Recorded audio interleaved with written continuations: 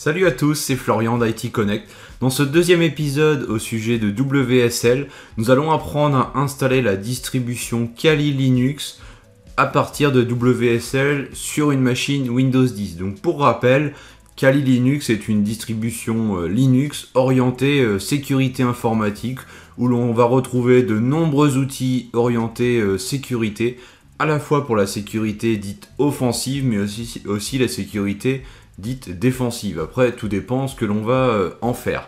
Donc dans cette vidéo, nous allons voir comment installer la distribution en elle-même, mais nous allons voir aussi comment installer une interface graphique sur la distribution Kali Linux, et ensuite nous allons voir comment prendre la main à distance sur cette machine-là depuis la machine Windows 10, notamment à partir du client RDP de Windows. Alors ce que l'on va voir dans cette vidéo pourrait s'appliquer aussi à d'autres distributions compatibles WSL comme Ubuntu ou Debian. Après, éventuellement, il peut y avoir quelques subtilités au niveau des noms des paquets que l'on va utiliser, mais sur le principe, c'est applicable si vous souhaitez le faire sur une autre distribution. Et si vous rencontrez des difficultés, n'hésitez pas à laisser un commentaire sur l'article, sur IT Connect ou sur la vidéo, sur cette vidéo directement.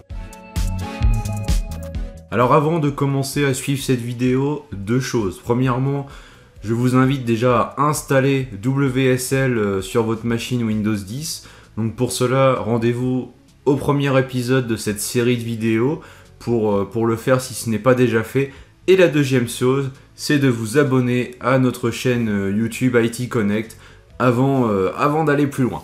Une fois que c'est fait, on est prêt à commencer. Donc je vais me connecter pour ma part sur une machine donc Windows 10, qui est celle où j'ai installé WSL précédemment, et nous allons installer Kali Linux à partir du Microsoft Store, puisque c'est, je vous le rappelle, le point d'entrée pour installer les distributions Linux.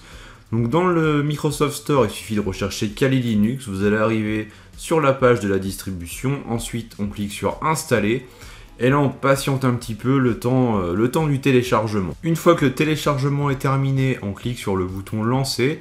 Sur le même principe que pour les autres distributions, il y a le processus d'installation de Kali Linux qui s'exécute. Et à la fin, il va nous demander de créer un utilisateur et de définir un mot de passe pour cet utilisateur qui, je vous le rappelle, sera propre à cette distribution.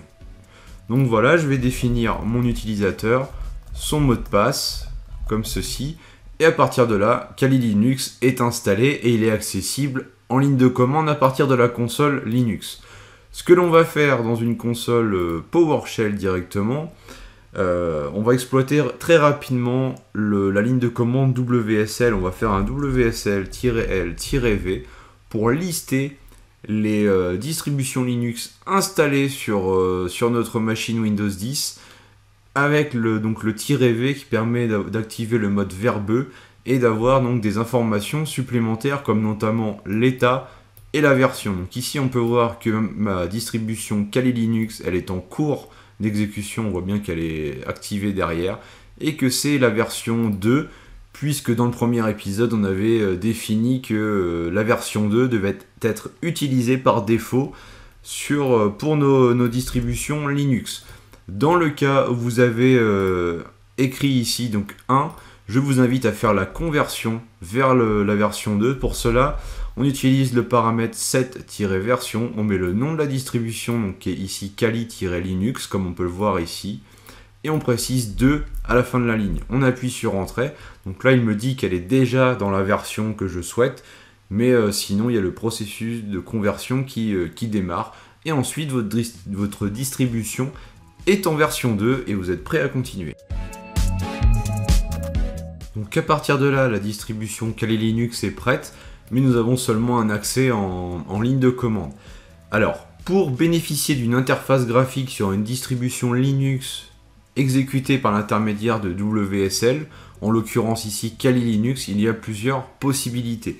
Tout d'abord, on peut installer WinKEX, donc c'est un paquet qui va nous permettre en fait d'installer un serveur Tiger VNC et un client Tiger VNC sur la distribution pour pouvoir s'y connecter à distance à travers justement un client VNC.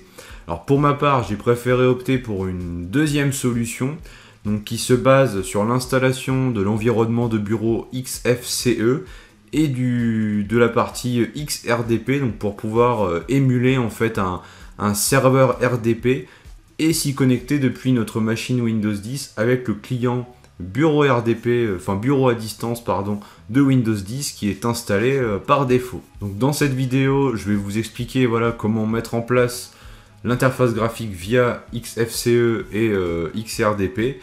Si vous voulez en savoir un petit peu plus sur la première méthode que j'ai évoquée, n'hésitez pas à consulter l'article associé à cette vidéo où je reviens dessus un peu plus en détail, notamment avec le nom des paquets à installer. Alors si vous êtes prêts, déjà ce qu'on va faire, c'est faire une mise à jour de notre distribution Kali Linux. Alors pour ça, on va faire un sudo apt-get update comme ceci. Là, on doit mettre le mot de passe de notre compte utilisateur que l'on a créé lors de la phase d'installation. Donc là, on a mis à jour le cache des paquets et maintenant, on va mettre à jour complètement la distribution Kali Linux. Donc au cas où il y aurait des paquets à mettre à jour, au moins ce serait fait dès maintenant. Donc voilà, ne pas oublier le sudo devant, sinon on a un accès refusé. Donc là, comme ça, on va pouvoir installer les paquets dans leur dernière version et on a de base une machine qui est à jour. Comme ça, on part sur une base saine. Ce que l'on va faire maintenant, c'est installer l'environnement de bureau XFCE. Donc pour cela, on va faire un sudo apt-get install Kali desktop XFCE-y pour valider automatiquement à la fin. Et là, je vous le dis, vous pouvez aller prendre un café parce que clairement, même si vous avez une bonne connexion internet et une bonne machine, ça va prendre un petit peu de temps. Alors, je vais laisser le téléchargement et l'installation se dérouler et je vous récupère dans quelques minutes. Il nous est demandé de choisir la disposition du clavier.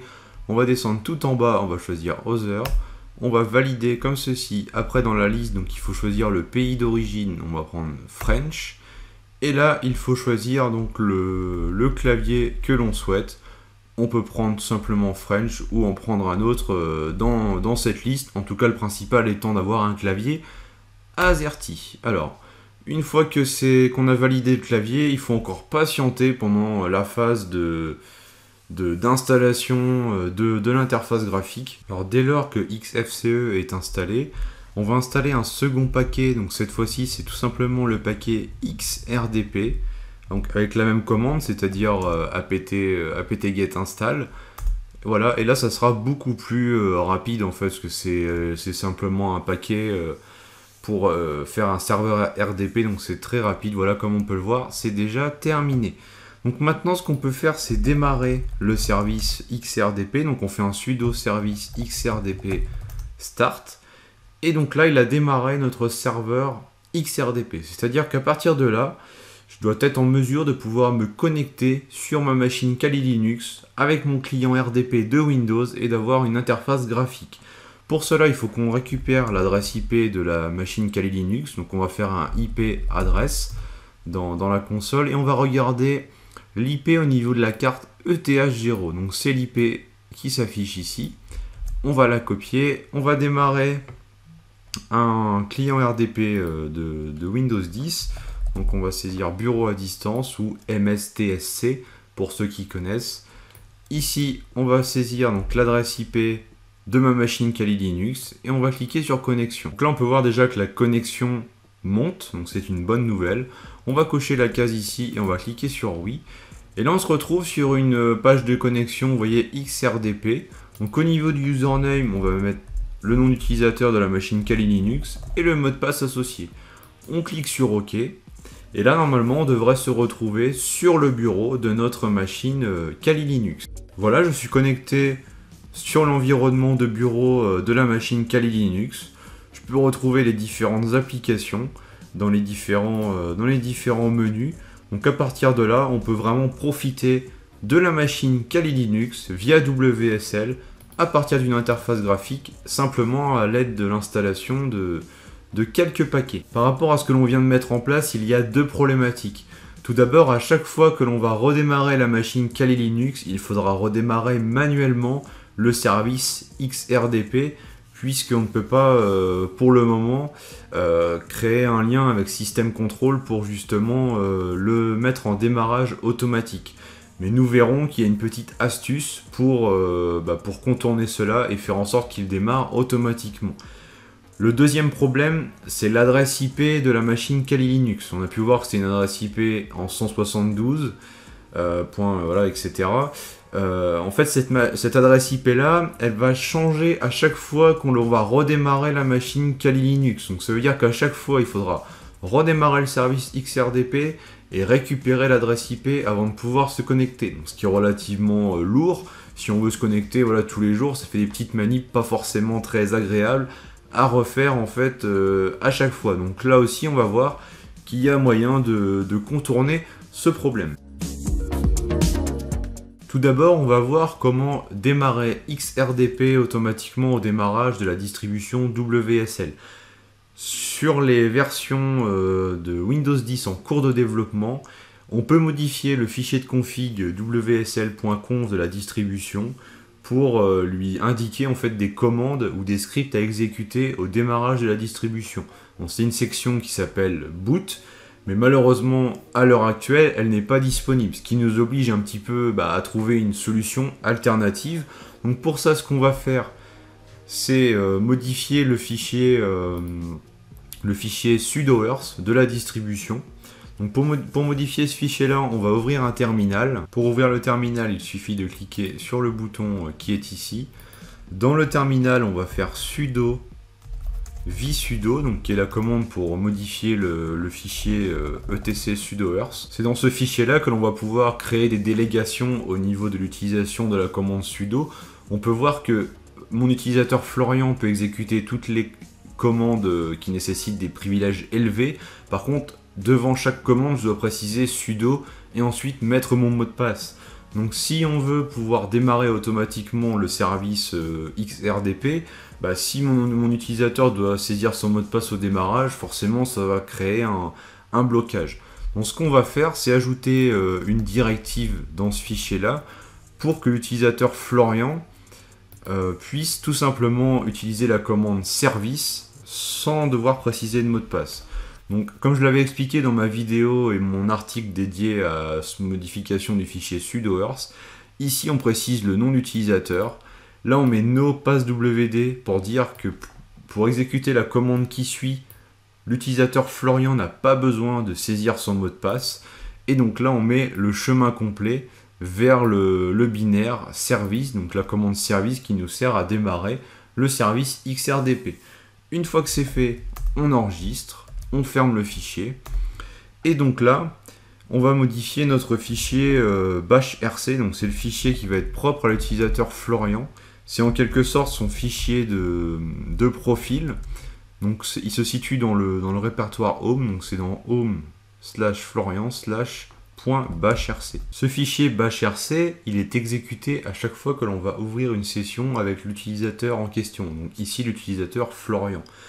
Donc l'idée, c'est d'ajouter dans ce fichier-là, tout à la fin, la commande pour démarrer le service XRDP. Alors ce n'est pas forcément tip-top, je pense, de faire comme ça. En tout cas, ça permet de contourner les limitations actuelles de WSL et éviter d'avoir à démarrer le service soi-même à chaque fois. Là, au moins, ce sera fait automatiquement. Donc on va mettre auto start XRDP, on va quand même commenter ce qu'on va faire et tout simplement on va préciser sudo service XRDP start. Donc on enregistre le fichier et donc là ce qu'il faut qu'on fasse tout simplement pour tester, c'est éteindre la distribution Linux, Kali Linux, ou en tout cas on peut redémarrer complètement la machine virtuelle WSL. Donc pour ça ce qu'on va faire, c'est qu'on va fermer le client RDP ici. On va retourner sur la console PowerShell de Windows, on va faire WSL-shutdown. Et là, en fait, il stoppe toutes les distributions Linux qui sont en cours d'exécution sur la machine et il coupe complètement la partie WSL, on va dire. Et là, il suffit de relancer Kali Linux à partir du menu démarrer pour relancer un petit peu toute cette mécanique, la partie WSL et la distribution Kali Linux en elle-même.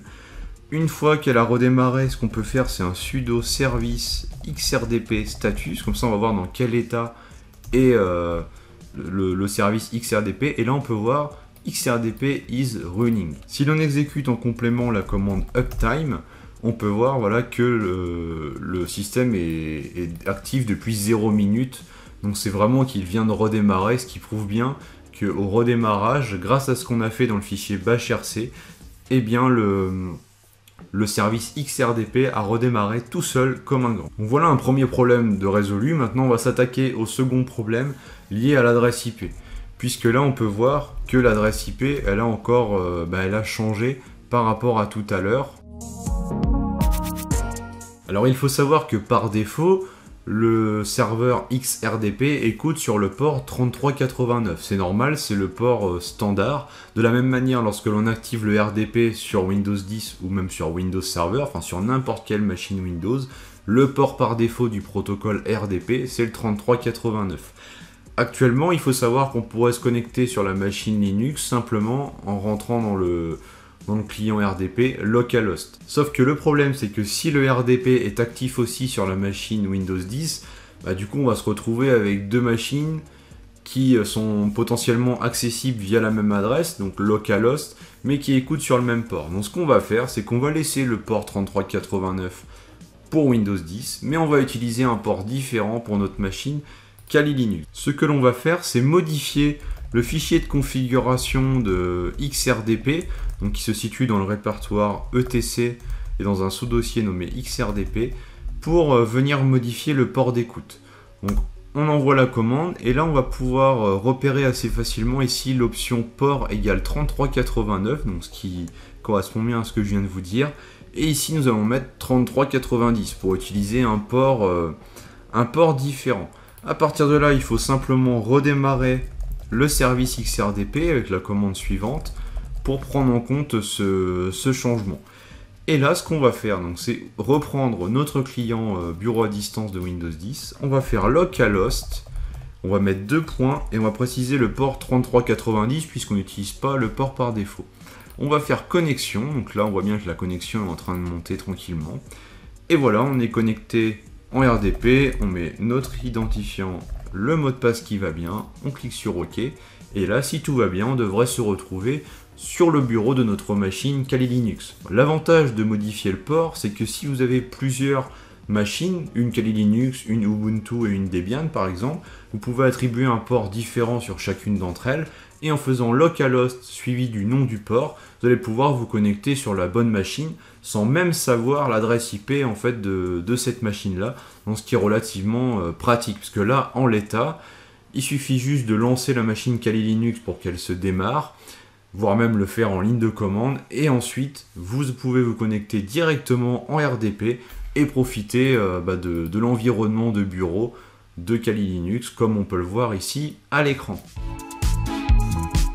Voilà, ce deuxième épisode touche à sa fin. J'espère que ça vous a plu. Vous êtes maintenant en mesure de mettre en place une interface graphique sur une distribution Linux hébergée par WSL. Donc c'est relativement simple, il faut seulement contourner les deux petits problèmes pour que ce soit confortable au quotidien. N'hésitez pas à commenter, à donner votre avis sur cette vidéo, à liker, à vous abonner si vous aimez. Et puis surtout pour ne pas manquer les prochains épisodes au sujet de WSL, parce que j'ai encore pas mal de choses à vous expliquer et à vous montrer. On se retrouve très vite. Ciao!